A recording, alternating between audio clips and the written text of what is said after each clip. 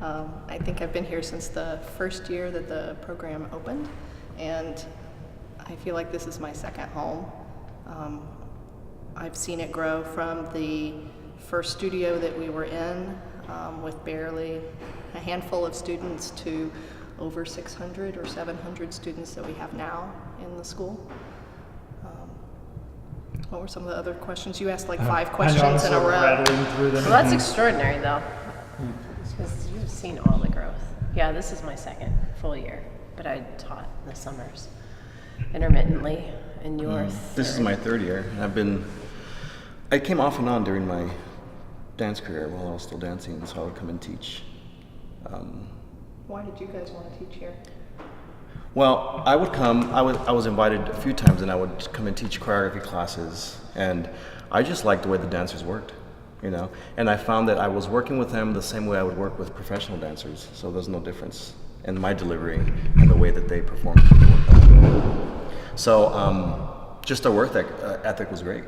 Yeah. So I had, and also the environment, it was just really fun, and I always look forward to coming back, so I'm glad I'm here now. Yeah. Mine paralleled that, but it was also the classical-based training, that was the predominant focus, was classical training and not some other competition-geared training idea. So, and it's clear, that's how the students focus. I mean, they're very professional in their approach, just their class etiquette in every class. I think that's something that we tried to do right from the beginning, was have a classically based program, but have a lot of versatility where they needed to learn how to do modern and contemporary and jazz. And they also study tap, I think, out of a sense of love for dance, but the musicality and the coordination as well. Plus, it's extraordinary tap. It's very good tap. Extraordinary tap and fun. Absolutely. Yes, it's very challenging. And that's the surprising part, I think, is, you know, we always see them focusing on one technique, but then when we do things like recitals or the shows, that we see what else they're talented at as well. Like, I never get to really see them tap, so when I see them tap at the shows, I'm like, you also can do this too? So it's great to see everything else that they're getting and using. But it has been very intentional this year, because this year we added a trainee program with the idea that you would train earlier in the day when your body could better serve the work, because it wasn't so fatigued from every other part of your life, that every like school and training and all the other things that kids are designed. And a concentrated amount of training time, not that you would have a class and a long break or a short break, but that it would continue, and that the other disciplines would be required, like jazz, like contemporary, like not tap, but choreography. And modern. Those are all part of, because any dancer today in the professional world has to do everything. You have to be able to do everything, yes. And even voice is becoming more and more And I think necessary. that dovetails into a lot of the choreographers and other teachers that we bring in and guest artists that they've worked with, because they've had flamenco, hip hop. Flamenco, hip hop, yes. Yeah, and bringing in prestigious names in this industry who have had long-term careers that are lauded and known. That's been wonderful. This year we're bringing in 2 dancers who had danced long careers with the Joffrey Ballet for the girls to train with intensively this summer. And there's been an exploration towards live music. This is new. Yes, with the New Albany Symphony. It started this year. It started this year. It's pretty wonderful. We were a guest as part of the program last year, and you know, things have evolved, and it looks like we're going to be doing a full length with them, with the symphony next year, which is, I think, wonderful. I mean, schools hardly ever get to perform to live music, and let alone a full symphony, which is very special, and I think Extremely. Yes. and unique. Yeah, absolutely unique. And it started, actually, they've been doing full lengths outside of Nutcracker. The Nutcracker happens every year, which is Amy's choreography. And last year they did The Little Mermaid. This year, Amy and Jimmy have co-choreographed Cinderella. So they have literally these steps were created on these dancers that are in the classroom with us every day, which is an extraordinary process, and that is the professional experience.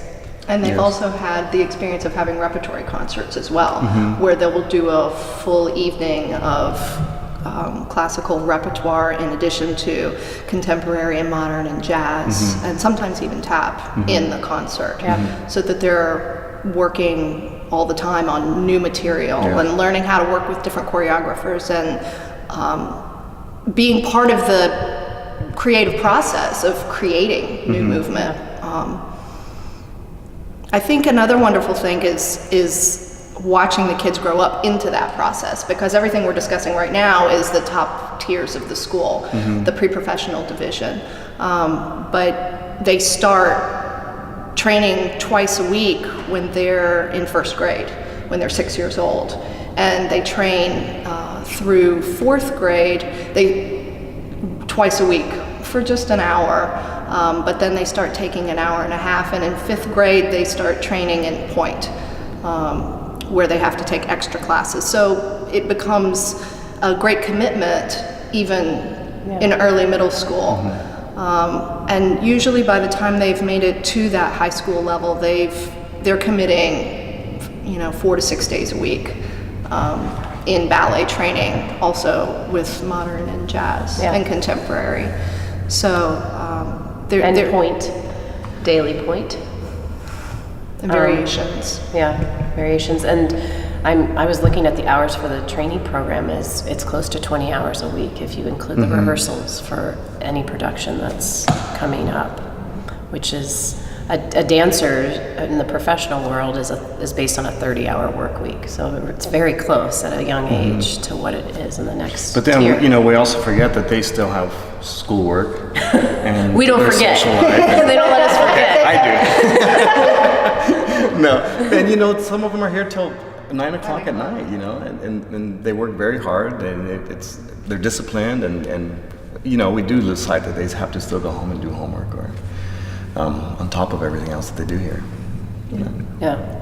And some of them are involved in other things as well. Sometimes they're in other activities, and they find a way to balance it all, which is impressive, and it prepares them in ways that are fantastic for college or for life after high school. Either it be in a professional world in dance or in college. And I've had seniors come back to me and tell me how easy they thought college was in comparison to a lot of the freshmen that they have known, because they don't have the time management skills to be successful in college. And they make great grades, and they go off and, so many are dancers, but they also, we've had a lot of graduates who are becoming doctors and psychologists and physical therapists and engineers, and they're giving back to their community in that way. Yeah. So, wow, thank you. It's fantastic. Talk to me about the different levels that you teach and what you see the difference is between 1As versus 2As and so forth. Where the growth happens, what's to be expected from a 2A versus a 1A, and so forth. I think I've taught every level in the school. I've been here so long that I had to start teaching with the 3-year-olds way back when, because we didn't have that many students. And so I feel like I learned our syllabus by creating it as we went. And the 1A syllabus is very, very basic as far as just very simple, clean movements, learning how to have good posture. And I think one of the wonderful things is we do let our kids move, though, around the space, that they learn from a very early age how to chasse across the room, or how to make formations and lines in relationship to other dancers. A difference when you're moving upwards into the school, into late elementary school, maybe a 3A or a 4A class, and that's where I begin teaching. I teach the 4A class all the way up through the pre-professional trainee program. I think that they are starting to add a lot of upper body into their work, more complicated vocabulary with their steps, and more spatial recognition of being able to move around in relationship to other dancers. And I do think even just, I was watching some rehearsals last night where the difference between the 3A and a 4A class, you could see that was, you know, the 3As were much more centralized in their spatial awareness and the simplicity of their movements, whereas the 4As could run in patterns and dance across one another. I think when you get into a 6A syllabus, you have some very basic beginning point work, and I think that's a big change for them. And being able to move off the bar in simple movements into their point work. And then 7A, they're starting to do turns and jumps in that syllabus, in their point work, and doing work where they're starting to learn the basics of the repertoire, of the classical repertoire, so that they can start moving into the pre-professional division where they're learning actual classical repertoire, classical ballets and variations and choreography. And I have a 1A class this year, which is the entry level to the professional division. And you start with posture very young age, and that is the one element that is addressed level to level to level to level, and it's because of growth. Physical growth in the body changes the sense of where your posture and just intelligence as you develop more skills, more skill of thought through the levels, then you understand it in a deeper way. But that is an extraordinary thing to watch that innocent being, these are kindergartners really, understand how to stand like a dancer. and they do. I mean, they really have a sense of that, and that poise that is different than every other friend at school who's not taking dance. And I just, because we were doing a class, I think it was during Nutcracker, and we were practicing pantomime that is so integral to any full-length production. And I thought, well, why not start now, just as, it was close to the holiday class, and why don't we just start? And their sense of honesty and timing was so amazing at that young age, and I thought, that's what we lose, and we have to regain it, and that's sort of what posture is too. You have a sense at an early age that's innate, and then it's lost, and then other things in your life become a sense of self, starts to change that as you develop. I also love what you did with teaching them about the classical music in class, that they're learning Don Quixote, and they're learning Giselle. All the different. They have a daily stretch, and it's timed by the music that I select, and they only have like 3 ballets in their repertoire now. I think Nutcracker is the first one, and now it's Cinderella. But they have to guess what kind of music, is it a happy, is it a sad selection, and then what ballet. And then we talk about the ballets, and we talk about the stories. And I think Miss Kelly has that as well in some of her classes, and I probably stole the idea. But or we all steal from each other, that's how it works. Well, I think that dovetails into a lot of the enrichment that we do with the summer programs, where we do a lot of different kinds of classes that we don't have time to do during the year. We do a section where we're talking about the story ballets. We teach them how to do their hair. We teach them how to do their makeup. We teach them about the different styles of ballet, which is so crucial once they're getting older, but they don't know what they are. They only think that there's one way to do ballet, and it's so helpful for them to see that there's so much more. Yeah, and I try to teach, you never know what a choreographer is going to ask of you when he walks in the studio, he or she walks into the studio. Crawling on the floor, jumping multiple times, doing it over and over and over again. So, like I said earlier, I like to treat the dancers the way I treat professional dancers when I work with them. So I always tell them there's no difference the way I'm working with you now and when I'm working with professional dancers in the studio. I like to challenge them with musicality, and I like them to be inventive in the studio. I want them to bring something to the studio rather than just sitting there and watching and waiting. They have to come half full, and I'll come half full, and then we'll make it happen. So I think the difference I teach, the 7As, the pre-pros, and the trainees is the speed and the ability to pick up information. And I have to pace myself according to who I'm working with. But there's a huge difference when you get to the 7As to the trainees. It's the attention to the small details, I think. Yeah. Being able to pick up the little things, not just the overall picture, and then how to start thinking of how can I make that better? How can I enhance this? How can it look better on me? They have to start thinking of these things when they're doing work. Yeah, I think we've been doing a lot of taking that the next step further with Cinderella recently, because I feel like a lot of the discussions that I've been having with the dancers recently is not just about the technique or how to do the steps, but the fact that the steps are a vehicle for the artistry that you're creating and the storyline that you're creating in full. And they're not accustomed to thinking that way as dancers. They're just accustomed to thinking about, this is the choreography that I've been giving. And I think also working with each other, because they're the ones that are on stage with each other, and finding that there's chemistry between each other as dancers to create a role that's never been danced before, that's being created for the first time. These are wonderful experiences that they might not have elsewhere, because they might go to another school where all they're doing is taking class. So they're getting, in addition to having all this classwork, that they're having this experience to understand the creative process of dance. Yeah. I had a couple ideas in there. But I think the sense of self is the theme throughout all of the levels, of bringing your own personal experience and story to the work that you do, and to understand that without that integral part, you cannot be impactful as an artist, because we attach ourselves as an audience to what you're trying to evoke to us.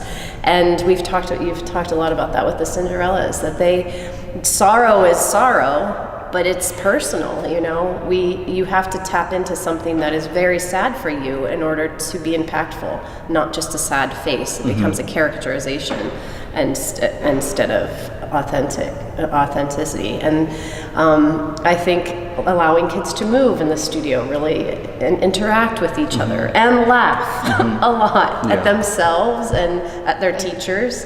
Bringing joy to the classroom, allows them to feel comfortable enough to be themselves. And then that parallels with their physical limitations, because we are all born with a body that is less than ideal for this art form, and by finding and accepting that as our challenge, having a mirror shown, literally a mirror in a studio, and then just a mirror just holding up in front of you, and knowing that this is my challenge, and how do I navigate this? How do I create the picture or image that allows the audience to not see that as a challenge, but to see as an asset?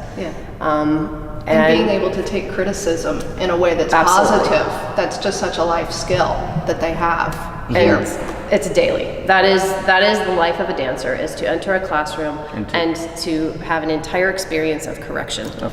And self-evaluation. But I think that's what makes them successful later, right? Because criticism is something that becomes normal. They know how to take it, and they know how to adapt and how to change it. Not something that is damaging. Because they want to be better, they want to learn, and they want to grow. That made me want to cry. I was like, we like our school. That was the best moment. I think that when you said that day. Because we were all thinking it. We should have done that at the end of the pas de deux and the end of the ballet, because there's a couple of those. I told him yesterday, because when they did it the other day, they were holding it and they just stopped and ran off. I'm like, you have to have the moment. You can't leave before you. He's like, I know, I rushed it. I'm like, the audience has to have that. Yeah.